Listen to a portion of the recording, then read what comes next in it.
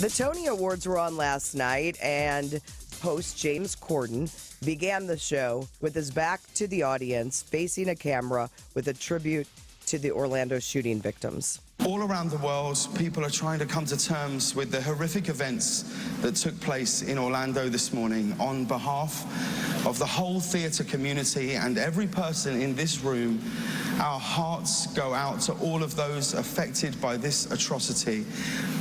All we can say is you are not on your own right now. Your tragedy is our tragedy. Theatre is a place where every race, creed, sexuality, and gender is equal, is embraced, and is loved. Hate will never win. Yeah, it was very moving, and then they got on with the show. They did something pretty cool. A lot of the different casts for the musicals, I guess Hamilton is known for doing this. They do a sing-along outside the theater before the show. So they had different groups of musicals go out there and sing, like, to all the people on Broadway, but they didn't sing their songs from their musical. Like Fiddler on the Roof sang something from Oklahoma. It was, they switched it up. It was very cute. Although Steve Martin did perform on the banjo with Edie Brickell, because they but only for 15 seconds. Yeah, that's what it was a very quick thing. Yeah. But they started the show, Hamilton. I didn't know he could play banjo. Really? No, I'm kidding. Everywhere he goes. It's like it's all he does now. Yeah, really. Here's me and my banjo. Look what I got. He's a guy that likes a prop, though. He had the arrow back in the 70s. Yeah. Now he's got the banjo. But then they started the show, and the cast of Hamilton did a little ode to the host, James Corden. How does an upstart Britain, best known for sitting and jesting from a desk in the middle of a forgotten slot on late night, far from Manhattan, chatting with Hollywood phonies, end up being the guy who hosts the Tonys? CBS said this collision of theater and television needs a risk taker. It needs a rule breaker. It needs a troublemaker, a mover and a shaker. It needs that chubby dude from Into the Woods who played the baker. It was very, very cute. By the way, Hamilton has been slated to come to the fabulous Fox Theater here in St. Louis in the 2017-18 season, I believe. But by the time it gets here, it'll probably be called Tubman. Good one. Yeah, not bad. And, of course, it was nominated. They broke records for how many nominations they had, but they did not beat the producers. They won 11 last night. The producers won 12 in 2001. And the cast of Hamilton did perform. They performed Yorktown, but they performed it without prop guns. They usually have these muskets, but they did not use those because of the mass shooting in Orlando. And I hate to talk about more bad news, but also in Orlando. Man, this is terrible. I know. A young singer named Christina Grimmie was shot and killed while signing autographs after her show in Orlando. She was performing there Friday night. Popular on YouTube. She was a finalist on the 6th season of The Voice, and she was in the lobby selling merchandise, signing autographs, and a lunatic approached her with 2 guns, 2 loaded magazines, and a hunting knife.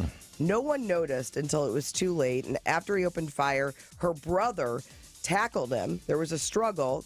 The shooter shot himself, and she was rushed to the hospital where she died a few hours later. They identified the guy as a 27-year-old man, I'm not going to give his name, from St. Petersburg. He was a deranged fan. Nobody knows why he did it. And the crazy coincidence in this whole thing is that where she was performing was just 4 miles away from Pulse nightclub, where the shooting happened Saturday, or actually Sunday morning. Christina's manager set up a GoFundMe page and a GoFundMe campaign. It's raised over $120,000 for the family so far. You may have seen her on YouTube before she was on The Voice. She was very tight with Selena Gomez as well. She opened for a bunch of her tour dates. Just a terrible, terrible tragedy and a bad weekend. More bad news. I'm sorry. That's what it is today. Yeah. The guy who played Alf in the 80s sitcom Alf, remember? He's in a coma. His name is Mihaly Nazaros. He's 76. He's not the guy who did The Voice.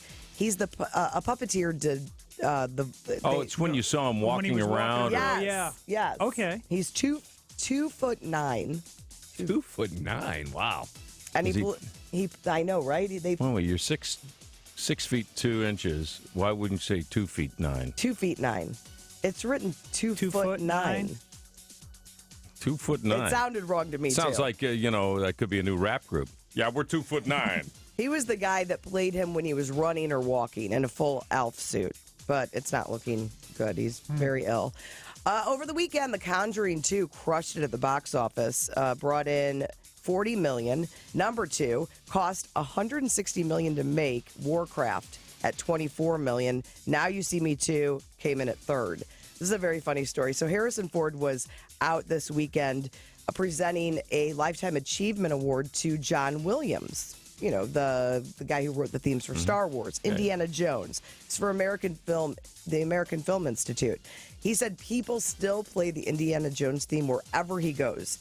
He said the music follows him everywhere. He has to hear it every time he walks on stage and off stage because it's his music. It's like his theme song. Right.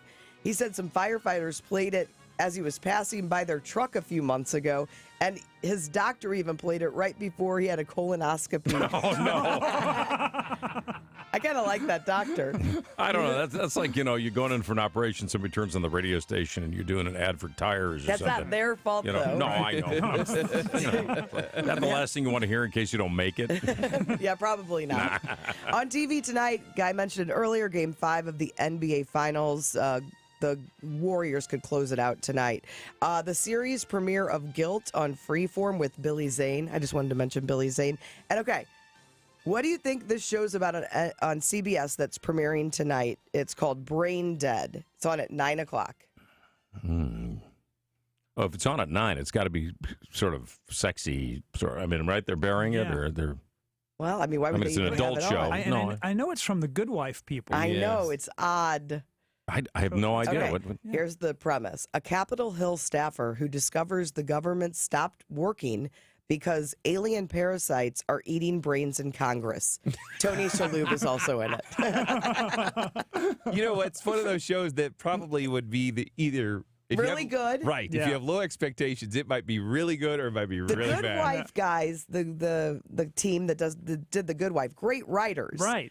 I may give it a shot. I'll record it for I'm sure. just trying to think about how that pitch went the day they went into the network. Okay, now listen to this. There's a brain, and there's these parasites. There's alien parasites. And Tony Shalhoub. Right. That's Entertainment Schmig. More Schmig at 8:40 on Y98. Phillips and Company on Y98.